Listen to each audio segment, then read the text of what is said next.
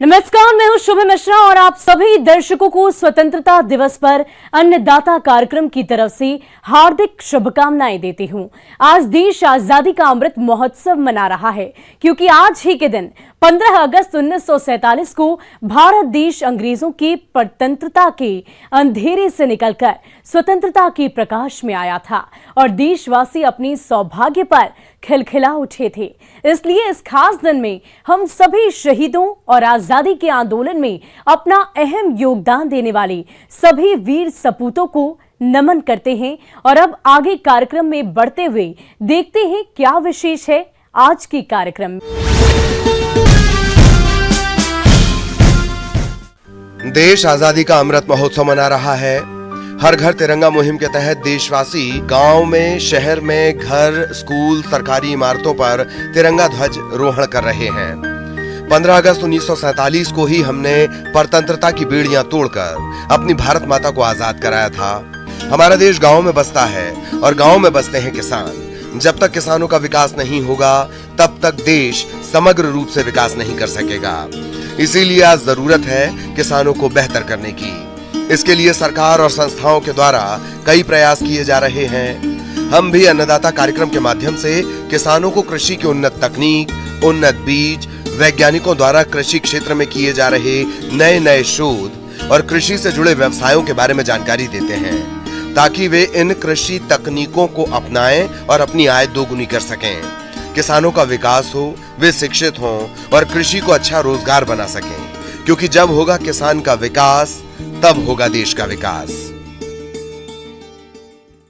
तो किसान भाइयों, विगत 2-4 दिनों के भीतर कृषि जगत में किसान भाइयों के लिए क्या कुछ महत्वपूर्ण जानकारियां हैं, क्या कुछ विशेष है, ये पूरी जानकारी हम आपको देते हैं।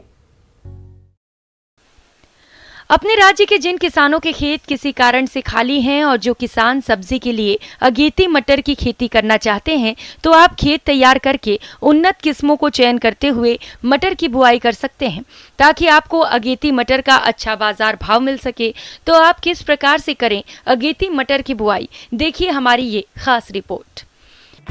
किसान भाइयों, जब बात आती है दलहनी सब्जियों की तो किसी भी मौसम या किसी भी क्षेत्र में सब्जी वाली मटर पहले नंबर पर होती है। मटर एक खास सब्जी की फसल है जिसका हरी अवस्था में फलियों के रूप में सब्जी के लिए प्रयोग किया जाता है। इसमें भरपूर मात्रा में प्रोटीन, कार्बोहाइड्रेट, विटामिन और खनिज लवण पाए जाते हैं। सब्जी वाली मटर की खेती हमारे देश के मैदानी और पहाड़ी इलाकों में की जाती है।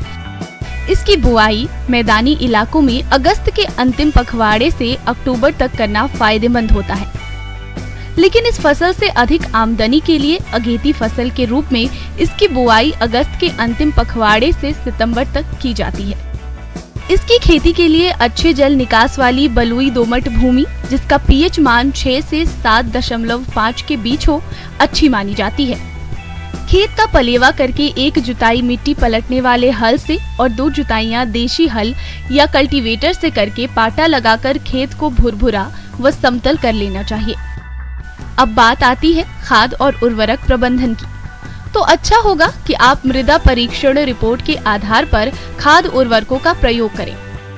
लेकिन अगर आप मृदा परीक्षण नहीं करा पाए हैं तो 20 टन सड़ी हुई गोबर की खाद, 45 kilogram urea, 250 kilogram SSP, 65 kilogram MOP का आप प्रयोग करें, जिसमें यूरिया की 20 किलोग्राम और अन्य खाद उर्वरकों की पूरी मात्रा बुआई के समय दें और शेष बची यूरिया की 25 किलोग्राम मात्रा का प्रयोग आप 25 से 30 दिन की खड़ी फसल में करें, जिससे आपकी फसल की बढ़वार अच्छी होगी।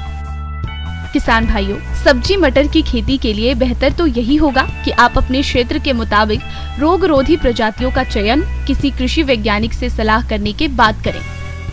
वैसे आमतौर पर किसान भाई अर्किल आजाद मटर 3, पंत सब्जी मटर 3, पंत सब्जी मटर 4, काशी मुक्ति प्रजातियों की खेती करते हैं, जिनकी औसत उपज 90 से 100 क्विंटल प्रति हेक्टेयर होती है। और जहां तक बीज दर की बात है तो अगेती किस्मों का 100 किलोग्राम बीज प्रति हेक्टेयर प्रयोग में लाएं और बीज को हमेशा किसी प्रमाणित संस्था से ही खरीदें। बीज को रोगों से बचाने के लिए कार्बेंडाजिम दवा 2 ग्राम से प्रति किलोग्राम बीज को उपचारित करें। इसके बाद 200 ग्राम राइजोबियम कल्चर के एक पैकेट से 10 किलोग्राम बीज को उपचारित करके बीजों की बुआई करें। बीजों की बुआई कतारों में करें, जिसमें कतार से कतार 30 से 45 सेंटीमीटर और पौध से पौध 6 से 10 सेंटीमीटर की दूरी रखते हुए सीड ड्रिल की सहायता से या हाथों से बीजों की बुआई करें।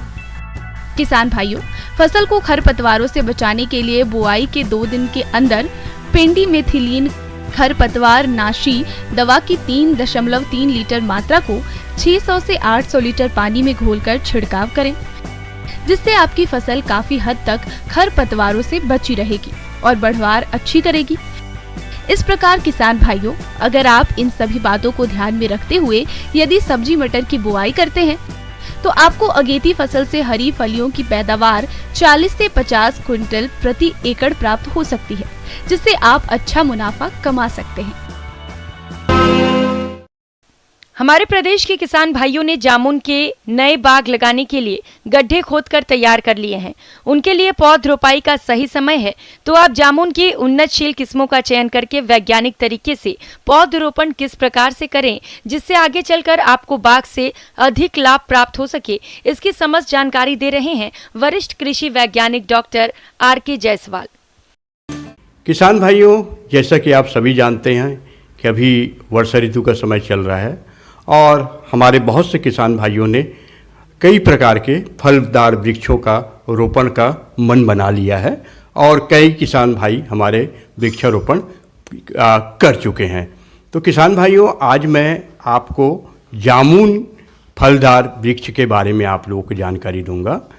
जैसा कि आप सभी जानते हैं कि जामुन हमारी धार्मिक मान्यता के हिसाब से शुरू से ही हमारे जीवन का अंग रहा है और इसकी उत्पत्ति भी हमारे भारतवर्ष में ही हुई है।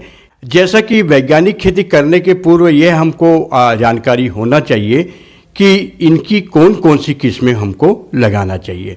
जैसे कि इसमें कर्नाटका में कुछ किस्में उनने चयन की है, जिसमें राजा नाम की जो किस्म है इसका फल का आकार बड़ा होता है। किसान भाइयों, जामुन की किस्मों की बात करें तो इसकी प्रमुख किस्म राजा जामुन है, जिसके फलों का आकार बड़ा, आयताकार और रंग गहरा बैगनी होता है, जो स्वाद में मीठे और रसदार होते हैं। इसके फलों के अंदर छोटे आकार की गुठली पाई जाती है।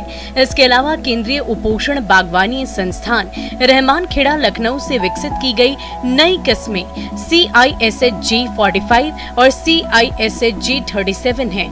आप इनका भी चयन करके लगा सकते हैं। पौधों की प्राप्ति के लिए आप केंद्रीय उपोषण बागवानी संस्थान रहमान खेड़ा लखनऊ में संपर्क कर सकते हैं। जामुन की ये जो आपकी किस्में और जो प्राप्त करने हैं पौधे, आप विश्वसनीय नर्सरी से ही अपने को प्राप्त करना चाहिए। तो जामुन के लिए जो जलवायु है, सामान्यतः हम यह देखते हैं कि जामुन जो है वो लगभग सभी प्रकार के जलवायु और मिट्टी में हो जाता है, लेकिन अच्छी बढ़वार और अच्छी पैदावार के लिए आवश्यक है कि जो हमारी ज़मीन में कम से कम 1 मीटर गहराई होनी चाहिए और दोमट मिट्टी है तो बहुत अच्छी है। भूमि का जल निकास भी बहुत अच्छी होनी चाहिए। इसके साथ ही साथ भूमि का pH मान जो है लगभग जो है 7 से 7.5 के बीच में होनी चाहिए।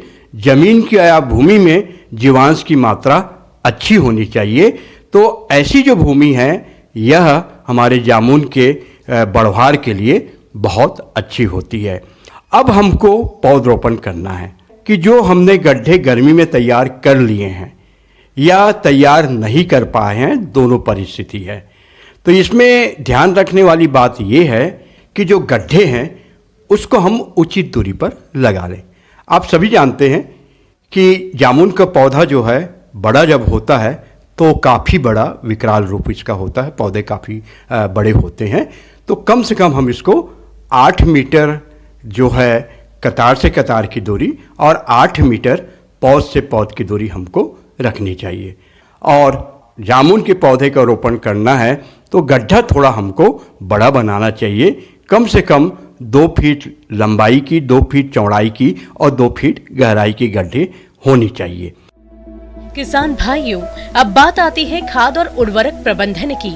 तो पौधे की रोपाई के समय 10 से 15 किलोग्राम अच्छी तरह से सड़ी हुई गोबर की खाद और मिट्टी को 1:3 के अनुपात में मिलाकर भरना चाहिए तथा रासायनिक उर्वरकों में 500 ग्राम नत्रजन, 600 ग्राम फास्फोरस, 300 ग्राम पोटाश प्रति पौधा देना चाहिए।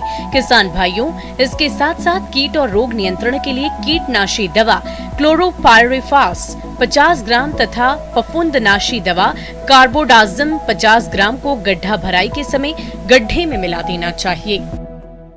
अब हम खाद डालने के बाद जो है पौध का रोपण करते हैं। कई बार क्या होता है कि हम पौधे नर्सरी से लेके आते हैं तो ट्रांसपोर्टेशन में कई बार पॉलीथीन जो है खाली हो जाता है, पौधे अलग हो जाते हैं और हम जब घर में उतारते हैं तो पौधे सूखने लगते हैं। तो मैं यहाँ बताना चाहूँगा कि जो पौधे डैमेज हो गए हैं या ख़राब हो गए हैं या टूट गए हैं या पीले पड़ रहे हैं तो ऐसे पौधे का रोपण आप ना करें, क्योंकि हम जब आगे इसको ऐसे पौधे का रोपण करेंगे तो वो जगह हमारी खाली रह जाएगी। तो पहले ध्यान ये रखना है। दूसरी बात ये है कि कम से कम हम नर्सरी से या कहीं से लेके आते हैं तो 1 हफ्ते तक हमको अपने घर में पौधों को रखना चाहिए, जिससे जहाँ से लेके आए हैं वहाँ का तापमान और वातावरण और हम जहाँ पर लगा रहे हैं वो तापमान और वातावरण में थोड़ा बहुत अंतर होता है। यदि हम 7 दिन तक उसको अपने पास में रख लेते हैं और इसके बाद जो पौधा हमारे स्वस्थ होते हैं उस पौधे को हम रोपण के लिए उपयोग करें। जब हम लगाने के लिए पौधा लेके आते हैं पीठ के पास या गड्ढे के पास में, तो जो पूर्व में जो गड्ढे आपने भर चुके हैं तो उस गड्ढे से उतना ही भाग मिट्टी हम निकालते हैं जितना अपना पॉलीथीन का होता है। इसमें ये ध्यान रखने वाली बात है कि पॉलीथीन को जब हम फाड़ के निकालते हैं तो ये ध्यान रखें किसान भाइयों कि इसमें जो पिंडा बना हुआ है वो पिंडा बिखरे ना। और कई बार ये होता है कि हम जब पौधरोपण करते हैं तो वो मिट्टी को फेंक देते हैं और नेक्ड मतलब जो है कि जड़ समेत उसको लगाते हैं। तो ऐसा बिल्कुल ना करें, पॉलीथीन अलग कर लें और पूरे पौधे को जो है आप पिंडा समेत जितना आपने जो गड्ढे से मिट्टी हटाए हैं उसमें हम बहुत प्रेम पूर्वक इसका पौधरोपण हमको करना चाहिए। पौधरोपण करते समय और ध्यान देने वाली बात यह है कि हम मिट्टी को अच्छे से दबा दें।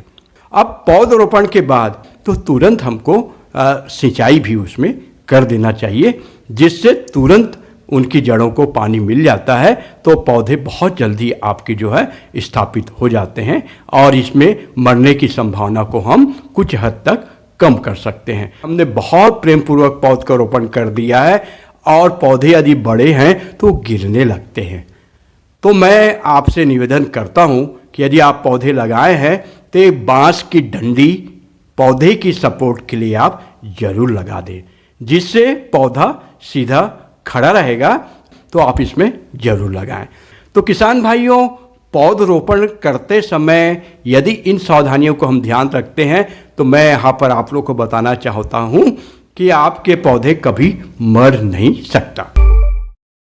ग्रामीण कृषि मौसम सेवा कृषि अनुसंधान केंद्र स्वामी केशवानंद राजस्थान कृषि विश्वविद्यालय बीकानेर द्वारा भेजे गए मौसम पूर्वानुमान रिपोर्ट के आधार पर जिला बीकानेर और इससे लगे जिलों के किसान भाइयों को सलाह दी जाती है कि आने वाले दिनों में दिन और रात के तापमान में कमी होने, मध्यम सापेक्षिक आर्द्रता के साथ तेज गति की हवाएं चलने और घने बादल छाए रहने के साथ अच्छी वर्षा होने की संभावना है। आने वाले 2 दिनों के दौरान अधिकतम तापमान 35 डिग्री सेल्सियस और न्यूनतम तापमान 25 डिग्री सेल्सियस रहने की संभावना है। ऐसे में इन क्षेत्रों के किसान भाइयों को सलाह दी जाती है कि भविष्य के लिए वर्षा की हर एक बूंद को बचाने का प्रयास करें। साथ ही यदि बारिश अधिक होती है तो फसल क्षेत्र में उचित जल निकास की व्यवस्था भी करें। पशुओं में LSD यानी लंपी स्किन बीमारी का प्रकोप बढ़ रहा है, अतः बीमारी का शीघ्र पता करने के लिए पशु बाड़े में प्रतिदिन जाते रहें और लक्षण दिखाई देते ही प्रभावी नियंत्रण के लिए पंजीकृत पशु चिकित्सक से सलाह लें।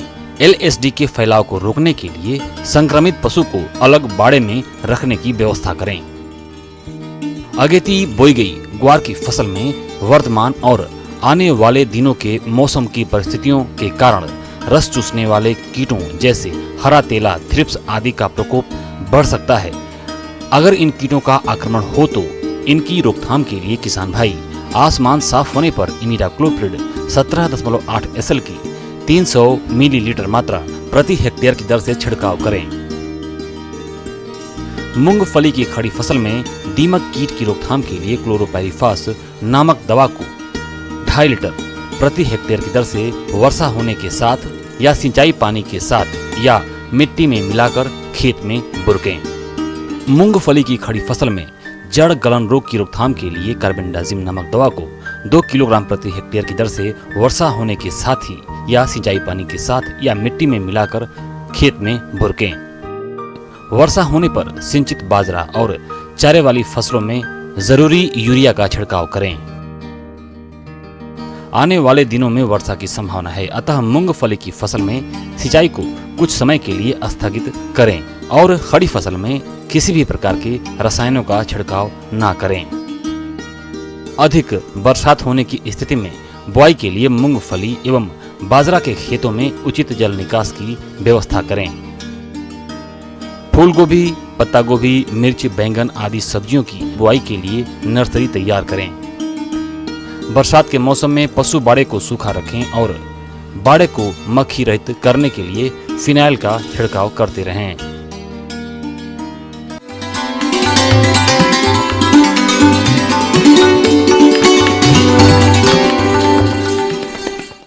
अन्नदाता हेल्पलाइन निःशुल्क फोन संपर्क सेवा के माध्यम से आपके द्वारा पूछी गई कृषि से जुड़ी समस्याओं में से 1 या 2 महत्वपूर्ण समस्याओं का हल कुछ इस प्रकार से है। अन्नदाता निःशुल्क फोन संपर्क सेवा के माध्यम से पूछे गए प्रश्नों में से आज हमने जिस प्रश्न को कार्यक्रम में शामिल किया है उसे पूछा है ग्राम जेथा, जिला जैसलमेर के कृषक प्रभाकर ने। ये समेकित खेती के बारे में जानकारी चाहते हैं, तो प्रभाकर जी आपकी जानकारी के लिए प्रस्तुत है कार्यक्रम का ये अंश। वर्तमान समय में हर घर की ज़रूरत दिन ब दिन कृषि के योग घटती भूमि और कृषि योग भूमि में घटना एकमात्र विकल्प किसानों के लिए है कि वो अपने घर की हर पोषक तत्वों की पूर्ति के लिए समेकित कृषि प्रणाली अपनाएं। समेकित कृषि प्रणाली हम लोग वैसी कृषि प्रणाली को कहते हैं जहां कृषि और द्वितीय कृषि जैसे पशुपालन, मत्स्य पालन से जुड़े कम से कम 2 कंपोनेंट या घटक का हम लोग अपनी खेती में इस तरह समायोजन करते हैं कि एक के समायोजन से दूसरे की उत्पादन लागत में कमी आती है, उत्पादकता में वृद्धि होती है और पूरे वर्ष स्वरोजगार का सृजन होता है। सबसे पहले आप यह जान लें कि समेकित कृषि प्रणाली है क्या। समेकित कृषि प्रणाली एक ऐसी तकनीक है जिसमें खेती-बाड़ी से जुड़े 2 या 2 से अधिक उद्यमों को इस प्रकार व्यवस्थित करते हैं जिससे वे एक दूसरे को लाभ पहुंचाएं और लागत में भी कमी हो। समेकित कृषि प्रणाली किसानों के पास उपलब्ध संसाधनों, बाजार मांग और पूंजी पर निर्भर करती है। यूँ तो इसके बहुत से मॉडल हैं जिनमें फसल आधारित मॉडल, पशु व्यवसाय आधारित मॉडल, तालाब आधारित मॉडल, वन आधारित मॉडल, बागवानी आधारित मॉडल काफी प्रचलित है। समेकित कृषि प्रणाली हर किसानों का एक अलग होता है, क्योंकि हमारे जो भी किसान समेकित कृषि प्रणाली करना चाहते हैं उनको कुछ खास बातों पर बिल्कुल ध्यान रखना चाहिए। उसमें सबसे पहले उनको ये ध्यान रखना है कि उनका ज़मीन का स्ट्रक्चर क्या है, वो ऊपरी ज़मीन है, मध्यम ज़मीन है या निचली ज़मीन है। अगर ऊपरी ज़मीन है तो उसके समेकित कृषि प्रणाली के घटक अलग होंगे, मध्यम ज़मीन है तो उसके घटक अलग होंगे और जो निचली ज़मीन है उसके घटक अलग होंगे। आप आसानी से जब आपके पास ऊपरी ज़मीन है जहाँ पर पानी कम लगता है वहाँ पर आप फसल के साथ बागवानी, डेयरी, वर्मी कंपोस्ट, मशरूम उत्पादन, ये सारी चीज़ें, गौ पालन आप आसानी से कर सकते हैं। आपको ज़रूरत है तो आप वहाँ मुर्गी पालन को भी जोड़ सकते हैं। आपकी मध्यम दूरी की जगह है वहाँ पर आप मछली पालन के साथ मुर्गी पालन, बत्तख पालन, बकरी पालन और भी हर चीज़ को जोड़ सकते हैं। और फिर मछली के साथ आप बत्तख पालन, मुर्गी पालन आप बहुत ही आसानी के कर सकते हैं।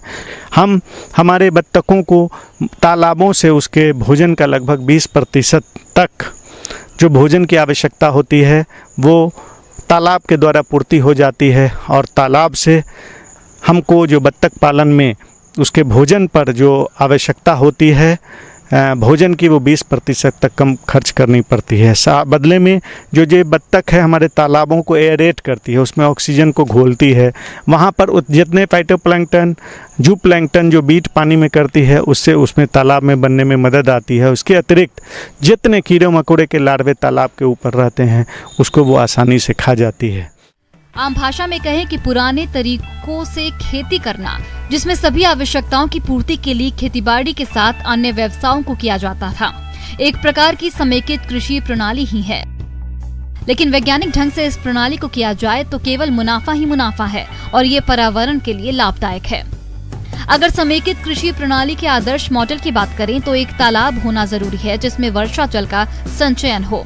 उसमें आप बत्तख पालन के साथ विभिन्न तरह की मछलियों का पालन कर सकते हैं। साथ ही इसके पानी का प्रयोग आप खेतीबाड़ी में भी कर सकते हैं और फसलों के अवशेषों का प्रयोग पशुपालन में कर सकते हैं। पशुओं से प्राप्त उत्पाद का प्रयोग कर सकते हैं। इनके गोबर का प्रयोग गोबर गैस बनाने में खाद के रूप में मछलियों के आहार में कर सकते हैं। तालाब के किनारों पर फल और वानिकी वृक्ष लगा सकते हैं। साथ ही तालाब के ऊपर छोटा सा घर बनाकर मुर्गी पालन, बटेर पालन जैसे कई व्यवसायों को अपना सकते हैं।